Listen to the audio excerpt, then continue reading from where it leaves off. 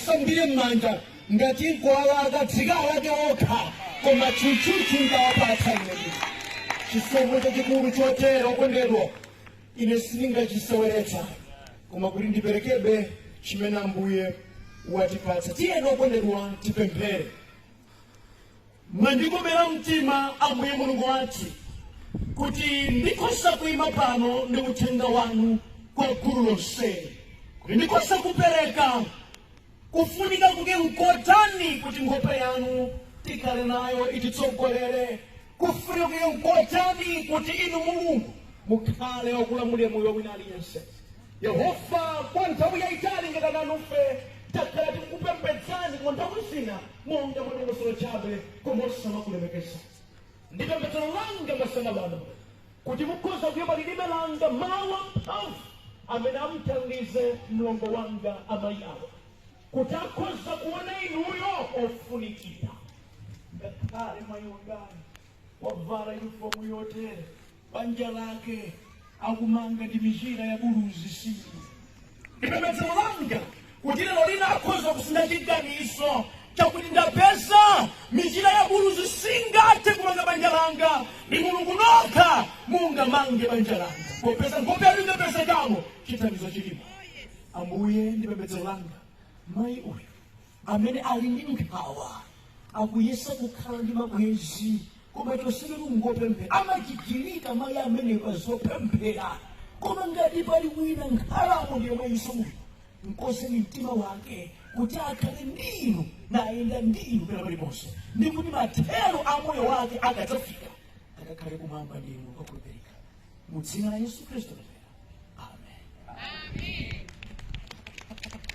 Okondedwa mwa Ambuye wathu Yesu Khristu, monga tinayamba kale kumawa ndi mawu omwe achopezeka pa Exodo 33 ndi makamaka 12 mpaka ndi makamaka 17, komanso muthenga wabwino wa Marko umene wawerengedwa kompani pali chinsinsi chachikulu kwambiri zedi chimene Bartumeyo komanso Mose akufanana motere.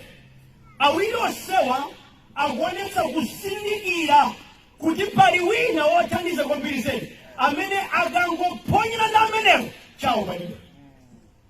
Okondedwa masana lero munafunika mutazindikira kuti alipo wina amene mutasamphana naye amene moyo wanu sukhala wabwino. Tamvetserani, muthenga wabwino wa Marko wasaona Bartumeyo amangokumva kuti Yesu akuchita zodabwitsa.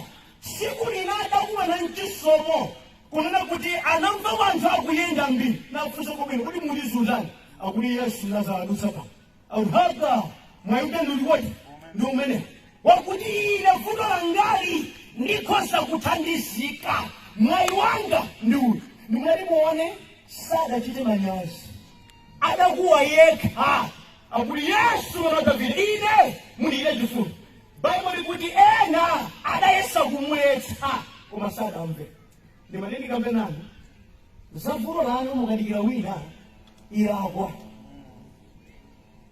Alipo ambiri mavuto ali ndiwo, ali mchosowa ndiwo, koma kuti athandizikenso makamaso ndimuthandizike banja. Muthandizike banja muli ndi chovuta ndinu, chofuta chanu chofunika thandizo yankhoniri makani. Koma ine ndimadabwa munthu amene amachita makani kuti athandizike mchalichi yemweyo mukampeze kuchipatala amaphweka kuphweka ndithu dokolo adina yapa sayankhulako ayi afuna njira koma kuchalichi kuno kuti nene muli ndi vuto la usiku mukufunika muthandizike wisuka kwambiri kuyisuka. Vuto lili ndani? Kwenda kuti vuto limasangalatsa? Ayi ndithu vuto silisangalatsa. Tsono mayi malinga mbedano nkhope yanu ilipo sizigwirizana ndinoyera kuno zedi pamene munamira ndifulo ndene munafuna muthandizike. Koma kuti mkabwerani Yesu akuthandizeni makani. Bartumeyo adazindikira ndikaponyana ndi Yesu pano sindithandizika. Ngakhale adalipo wena osamfunira zabwino khala chete. Mukudziwa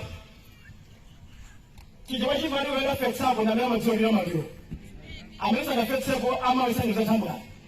Now, munakaula ndi fundo nafuna kuti athandizike. Okambagamba mbali musalephera. Mufuna mukayendera kodi madora zitosefe. Kodi mufuna mukayendera wanene ndino ngati. Mufuna adusayibe kangera. Okondedwa amene wamva mmimba ndamatsedwa ichitsewa. Akachedwa ilakwa. Ayanga ndiye. Ndikufanika mmene anokonda. Kunena kuti pavuto limene muli nalo alipo Yesu akhoza kuthandizani. Ndiponso alipo ena okondedwa mmene amene iwowo amamuyankhulira Mulungu yeti Mulungu sadawatume. Chitsanzo awo amene akumuletsa Bartimeyo kuti asayankhule kanthu. Kodi vuto lilawo? Ayi. Kodi kuletsana kwadali maganizo a Yesu? Ayiso. Yesu akuti ndamva kuyankhula kwake. Mulole nakabwera. Ndekuina kuti wakukomera mtima. Mwenda asituma maganizo. Lero kwasinde kuna maganizo. Ndikamena nonse aziphazi. Wopondereza anzanu kuti asathandizike. Sindinu Yesu ayi. Mulekeni Yesu. Akhale Yesu ndi munthu wachifire. Pereka mpata kwa ena. Haleluya. Ali munthu wena akukudira kuchinga kuti anzawo asathandizike. Monga ngekira Afarisi batana baja. Omatseka chitseko kuti ena asalowe ndiwo omwe osakhala kunja. Imanini kambena anuka. Chisomo cha wina sungatseka. Amen. Ndipone ndimati Yesu akawachititsa manyazi. Iwo amatseka Yesu akulata mulola. Akabwera kuno. Now, Yesu akubwera funso labwino kuti ndikuchitire chiyani. Kungoti Bartimeyo amangofuna kukuona kokha. Adakali ambuye ndifuna munde mukandionetsa. Ndeno ndikheso maliki. Ndeni kheso mkadali moro. Nona kazidakatera ndito. Chifukwa adakumana ndi wazonse. Amen. Adakumana ndi zonse. Koma adangosankhako kupenya ambuye lehe. Chikulu chako chakulu chapita. Zichitike. Ani machiritsidwe a Yesu ndi machiritsidwe a lero zosiyana. Koma kukwetsa wina kumenya kudaona pa television wina pano kumugwira kumeza kumibando machiritso amasuku ano asera ni Yesu. Pero mufuzu kuti Yesu akehunda pene machitika. Ambuye Yesu sadero. Hayi sadero. Andi simoni ngangali sikubeba. Koma sizimene Yesu anakona. Yesu ameti kumkhulupirira. Akuna maopera uri mutseka manje kwa vanhu vodavatachira. Mphamvu yakuchiritsa siya munthu ndi yake ya Yesu. Haleluya. Malingaliro amene adampangitsa Bartimeyo kuti azafika pothandizika kuvuto lake. Ndipo Mose amene Mose ali nawo. Mose akutamira kuti tsono Ambuye ikapanda kumuka nafe nkhope yanu ife silichoka pano. Chifukwa wapeza kuti mu nkhope ya Yehova muli phindu. Mu nkhope ya Yehova muli mathandizo. Inu madalira chani. Tafuna bano kuti madalira chani. Makaniwo muli madalira. Madalira. Omwana wali madalira kambe. Ambuye pisho walandi role kule hesono nyamara wangu. Yambosebe chicheka nzingwa mamu. Wale wale kuza we. Nimada nazo kusa. Mulizani chibaba mulizani. Mulizani chibaba. Madalira nji. Moyo mwana. Ni majina chidi pena. Alipo wena moyo wao madalira singa. Mungu osasamba ngoni zona uzindalira. Mungu amene kubaba ngende ndiyo bakaibe. Koma ngode atani. Amen. Wewe na bali bwa ndula le mena ngo usinga. Singa ngayo kali mu ya libe. Wa pasiba kina ya ngode kuno ngode kwa bali le. Wani kuchena kwa sefu basi. Ukana mara kwa singa. Inu. Kangombe ndo kukumbirika. Kama mafuramu wao mulima wao adarazua. Amena makama Yesu ndama wala. Ameni. Amena makama Yesu ndama wala. Haleluya. Sinazi zikupelekani. Basi vuka siponji wati susa bali posa ususa nenda bila mapenya kugama ningobe ya kupenya kugama sisi kuilizana okuti ndo musadalie za kuja pena bale neza uri okuti ndo musamadalie za kujazi alirani Yesu wankati. Amen. Mukamkangamira Mulungu monga Mose adachitira kuti ikapanda kumuka nafe nkhope yanu ife silimuka. Ndi condition ya mphamvu kupezeka kwa Yehova moyo mwanu idzikhala condition yochitira zinthu. Ngati Yehova sakuvomera sinchita isi poka mulungu avomere.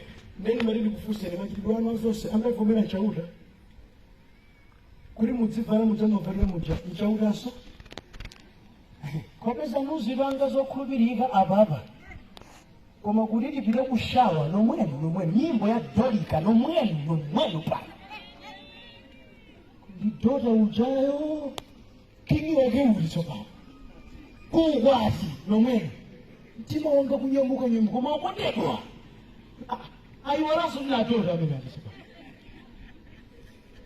kome Yehova ijairiku ndimalindiyahulira makondedwa otsogozedwa ndi nkhope ya Yehova amatsogozwa ndi nkhope imene ipenya paliponse sali ngati mnyumba mmene umalowa nthawi zina nkulukamo ayi sali ngati chovala chimene Yehova wakuchina mawa china pamene wakhulupirika nadzipereke ndi maso a Yehova nkhope ya Yehova imakhala nawe daily kulikonse. Uli kuchalichi nkhope ya Yehova ikhala nawe, uli kunyumba nkhope ya Yehova ikhala nawe, nkala lukugwazi nkhope ya Yehova imakhala nawe, ola kumasheya nkhope ya Yehova imakhala nawe, nkala lufoni nkhope ya Yehova izikhala nawe. Matili kambe pano angweli mafoni osewa libwena kutsogonde ma message lidziwa lenga mwokwesa ayiti kozo pesa akunja mbili pano kwa mbili zake chifukwa chani tikasonkhana choncho okondedwa timakhala ngati ndife wanthu othandizika ngati ndife wanthu otsogozedwa ndi nkhope ya Yehova koma nomwe magawo ena zisisi zathu ndi zolakwika. Mutango wafusani kuti zisisi zanu zali zaululuka mukhoza khala sodota afusani iko kasodota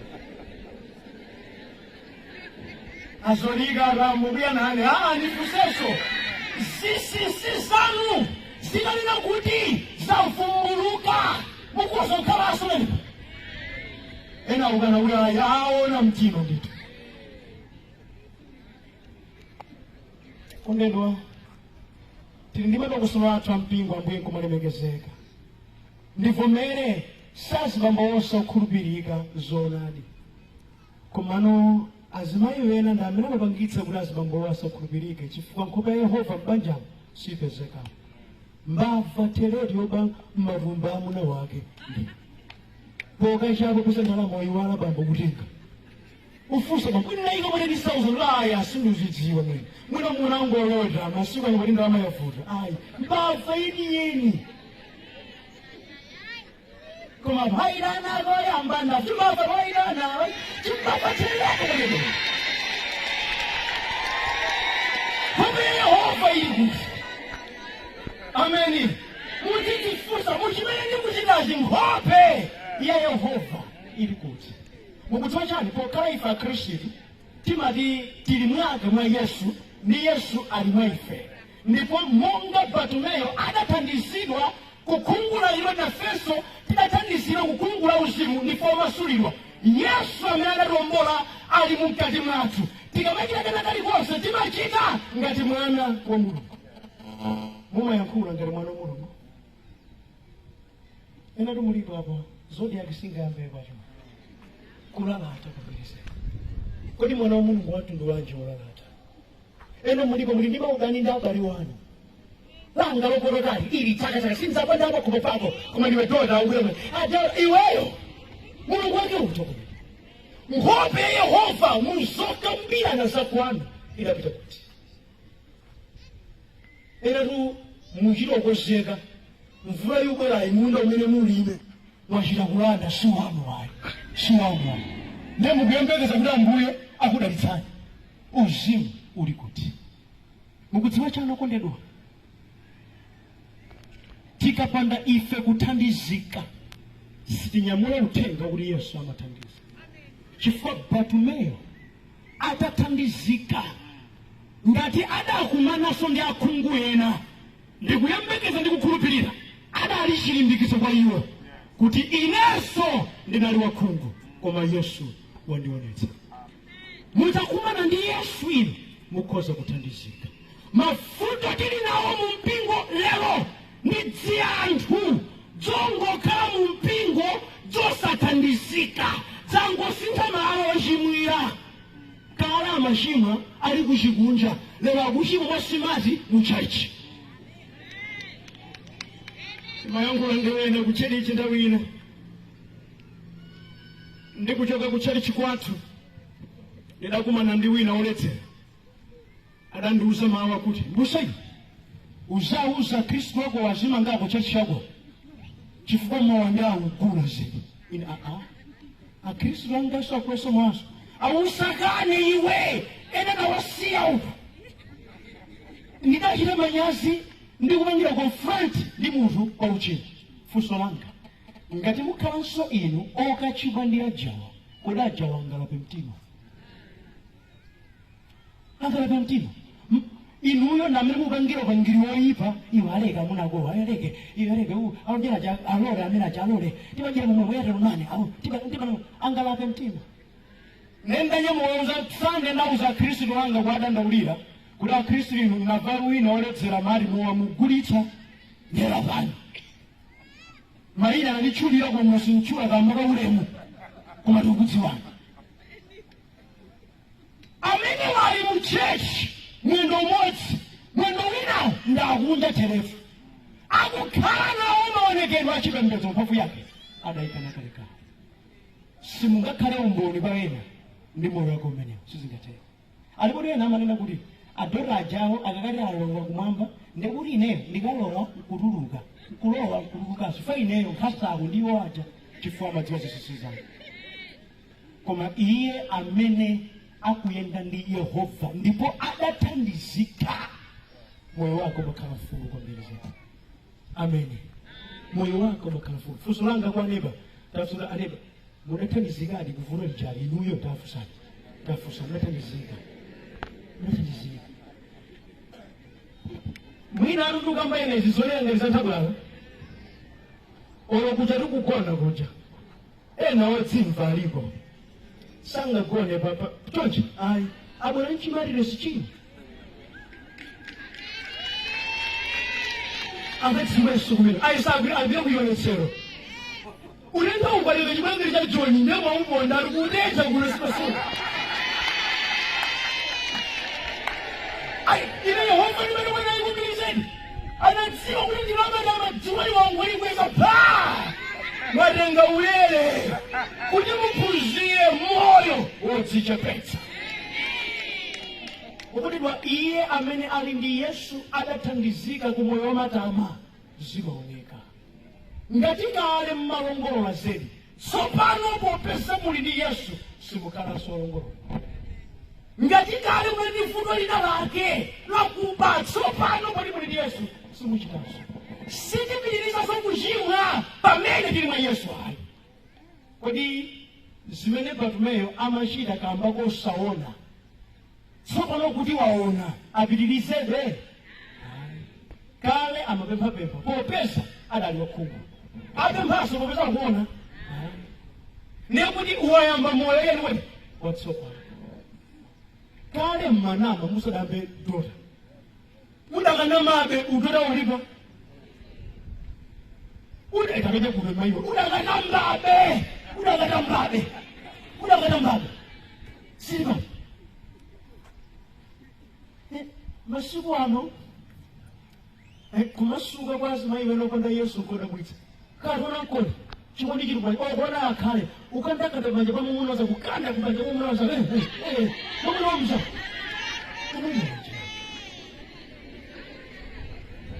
unakani ndi unkunja wasapemphera ila kumvetsani koma upemphera anga ino zosamvera tapetsana Bartumeyo sadapitirire kukhala moyo wake wotero atakumana ndi Yesu okutidwa iwo amene akumana ndi Yehova amakhala ngosinthika nichifukwa Mose adakakamira kukhala kwathu ndi Yehova ife sitikhala chimodzimodzi malemba akuti tidzakhala wosiyana bwanji ndi wanthu ankhope za dziko lapansi ngati nkhope yanu simukanafa ndiye kuti panafunika pakhale kusiyana ameni panafunika pakhale kuti kusiyana wasapemphera mavalidwe ake ndiyo wopemphera patola ni kuti kusiyana wasapemphera akuthina mchovala iwo apemphera nawenso uthira kuchovala anthu asiyanitsa malemba kananenetsa kuti munthu akamakangana ndi chitsiru anthu ora sakani kuti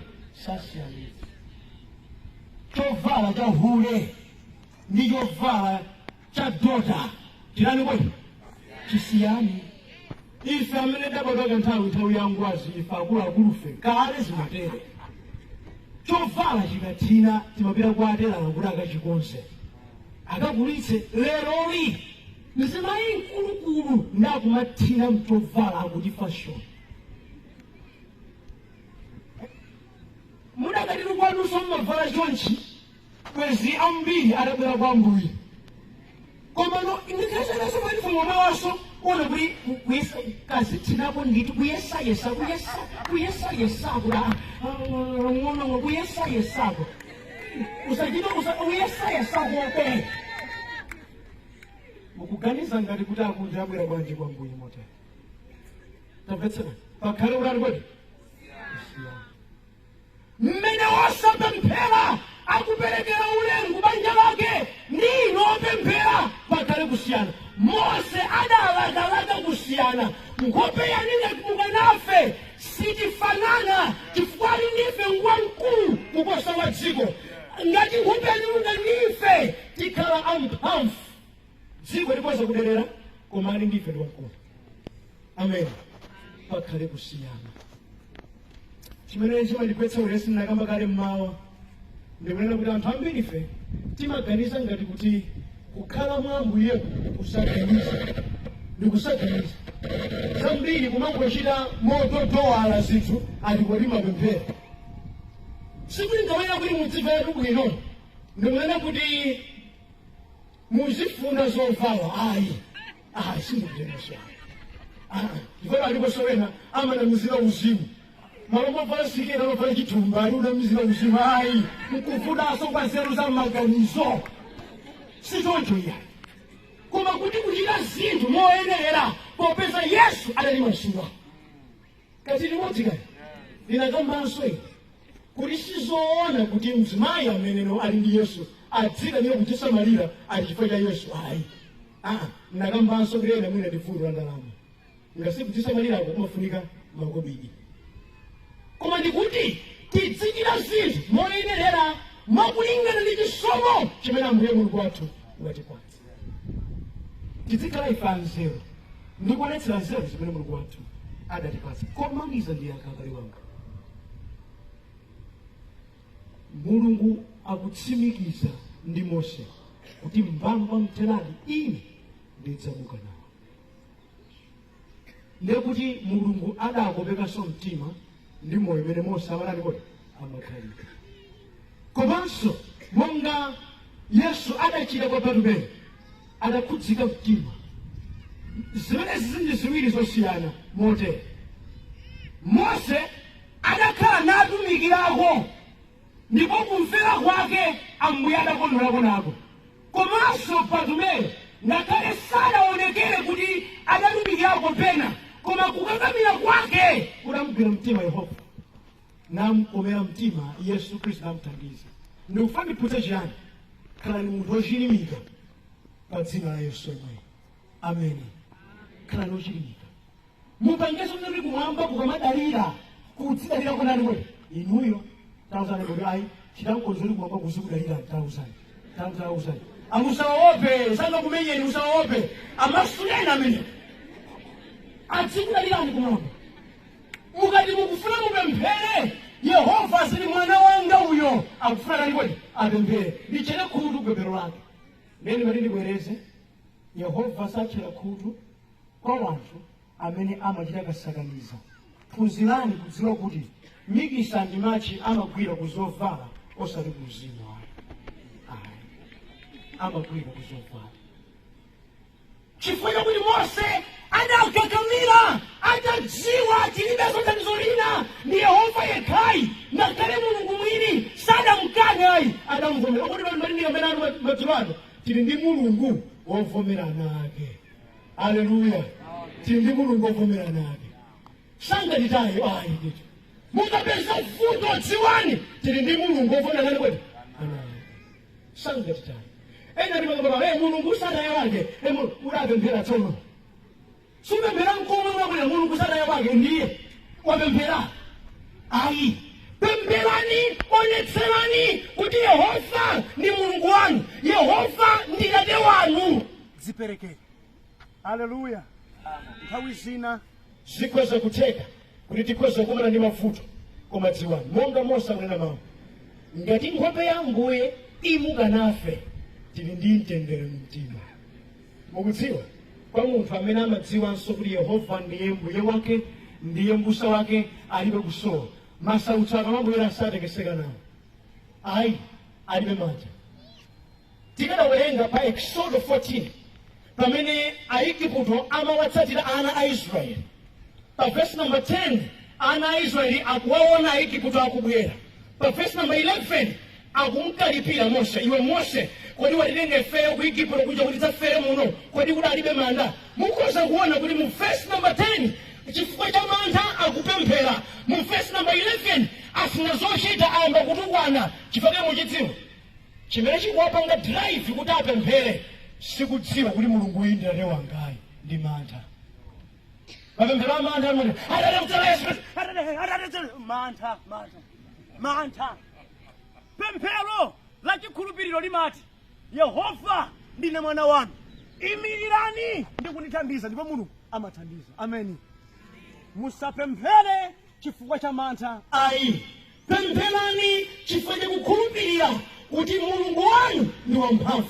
Pempherani ndi chidziwitso chakuti mulungu uyu si munthu kuti akaname ndipo salephera. Mulungu wathu alibe rekodi yolephera. Mkhulupirireni zavuto lanu akhoza kuthetsa. Ameni. Musamuderere.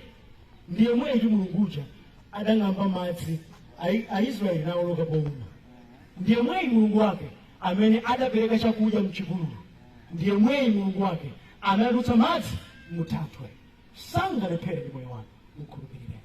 Modi mawu nkhope yanga idzamuka nawe asamangokhala mawu amsonkhano koma akhale chikhulupiriro cha moyo wanu kuti ndikamayenda kwina kulikonse nkhope ya Yehova ili ndine. Kaya ndi pamtendere ukuvina nkhope ya Yehova ili ndani kodi ili ndine. Kaya ndi pamaliro wina wapita dziwa kuti nkhope ya Yehova ili ndiwe. Zina mdziko muno zidzayenda zina zidzayenda nkhope ya Yehova ili ndiwe. Ameni. Kusiyana ndi nkhope ya Yehova kumatheka bwanji? Ndi tchimo limene limalisanitsa ife ndi mulungu. Mukakhala moyo wachiyero ndi wosemphana ndi uchimo, nkhope ya Yehova sidzakusiyana. Koma mukakhala moyo womusiya ndinu Yehova ndiwo mukazithayima. Njerekezi kuchipera maopa ndiwo okhala pamaso pa mulungu. Koma iwo amene achoka pa mulungu ndi amene amakola chona kwina nabweretsa mavuto moyo wawo. Ambuye akuthandize kuti mukhoza kuyimabe ndi nkhope ya Yehova, mutathandizika kuvuto lanu. Ameni.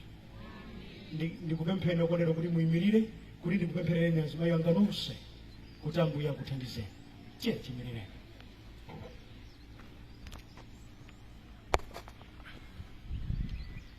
Tiye tipemphere. Ndapereka uthenga wanu mulungu kwa ana anuwa. Alipo ofunika mathandizo wanu.